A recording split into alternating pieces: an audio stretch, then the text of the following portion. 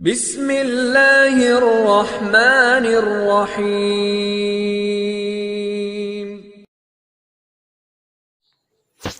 نحمدہ ونصلی علی رسولہ الکریم، اما بعد۔ اللہ تبارک و تعالیٰ کا لاکھ لاکھ شکر ہے کہ جس نے اپنے پیارے حبیب صدقے اپنی پیاری مخلوق کو پیدا فرما کر دنیا میں تخلیق کیا، تو دعا ہے کہ اللہ پاک ہم سب کو آخرت کی فکر کرنے کی توفیق عطا فرمائے، تاکہ ہم دنیا میں اچھے اور نیک عمال کریں، تاکہ آخرت میں ہمارا اچھا اور نیک صلہ ہمیں مل سکے۔ تو ناظرین کرام، آج میں جس موضوع پر بات کرنے والا ہوں وہ ہے ہمارے پیارے آقا صلی اللہ علیہ وآلہ وسلم بڑی اونچی شان کے مالک ہیں۔ موضوع کا دینی ٹاپک کا موضوع ہے تو حضرت آمنہ کے انتقال کے 5 دن بعد ایمن آپ کو لے کر مکہ پہنچی تو آپ کو حضرت عبدالمطلب رضی اللہ تعالیٰ عنہ کے حوالے کیا۔ آپ کے یتیم ہو جانے کا انہیں اتنا صدمہ تھا کہ بیٹے کی وفات پر بھی اتنا نہیں ہوا تھا۔ حضرت عبدالمطلب کے لیے کعبہ کے سائے میں ایک قالین بچھایا جاتا تھا، وہ اس پر بیٹھا کرتے تھے۔ اس کا احترام اس قدر تھا کہ کوئی اور اس قالین پر نہیں بیٹھتا تھا، چنانچہ ان کے بیٹے اور قریش کے سردار اس قالین کے چاروں طرف بیٹھتے تھے، لیکن رسول اللہ صلی اللہ علیہ وآلہ وسلم وہاں تشریف لاتے تو سیدھے اس قالین پر جا بیٹھتے۔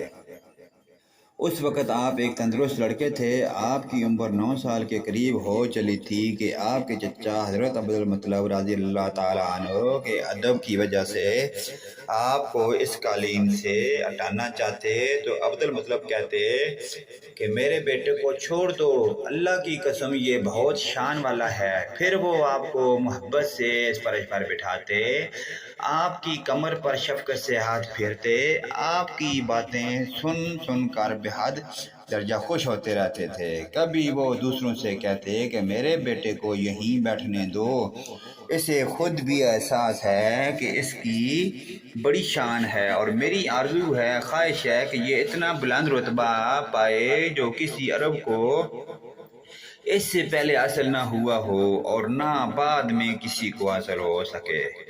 ایک بار انہوں نے یہ الفاظ کہے کہ میرے بیٹے کو چھوڑ دو، اس کے مزاج میں طبعی طور پر بلندی ہے، اونچی شان والے ہیں، ان کی شان ہی نرالی ہے، اس کی شان ہی نرالی ہوگی۔ یہاں تک کہ عمر کے آخری حصے میں حضرت عبدالمطلب رضی اللہ تعالیٰ عنہ کی آنکھیں جواب دیکھنے لگی، آپ نابینا ہو گئے تھے۔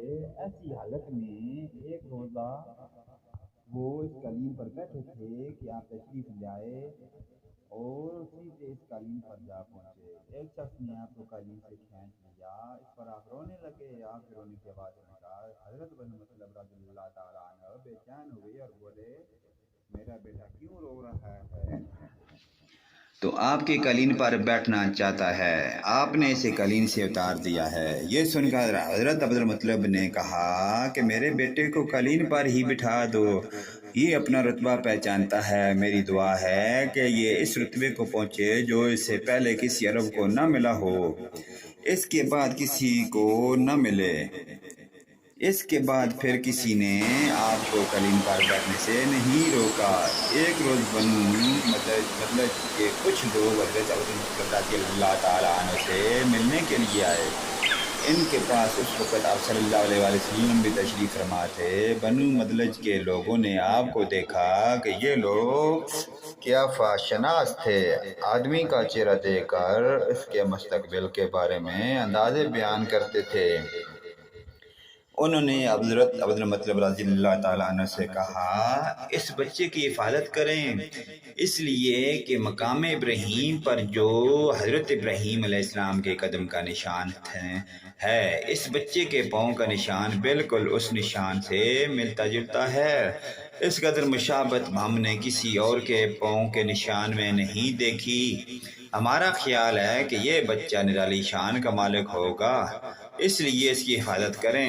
مقام ابراہیم خانہ کعبہ میں وہ پتھر ہے جس پر حضرت ابراہیم علیہ السلام ہم کعبہ کی تعمیر کے وقت کھڑے ہوئے تھے۔ معجزے کے طور پر اس پتھر پر حضرت ابراہیم علیہ السلام کے پیروں کے نشانات پڑ گئے تھے۔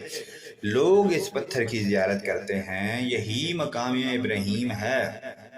چونکہ آپ حضرت ابراہیم علیہ السلام کی نسل سے ہیں، اس لیے ان کے پاؤں کی مشابہت آپ میں ہونا قدرتی بات تھی۔ ایک روز حضرت عبدالمطلب خانہ کعبہ میں حجر اسود کے پاس بیٹھے ہوئے تھے، تو ایسے میں ان کے پاس نجران کے عیسائی آ گئے۔ ان میں ایک پادری بھی تھا۔ اس پادری نے حضرت عبدالمطلب رضی اللہ تعالیٰ عنہ سے کہا، ہماری کتابوں میں ایک ایسے نبی کے علامات ہیں جو اسماعیل علیہ السلام کی اولاد میں ہونا باقی ہے، یہ شہر اس کی جائے پیدائش ہوگا، اس کی یہ نشانیاں ہوں گی۔ ابھی یہ بات ہو رہی تھی کہ کوئی شخص آپ کو لے کر وہاں پہنچا۔ پادری کی نظر جوں ہی آپ پر پڑی، وہ چون کر اٹھا۔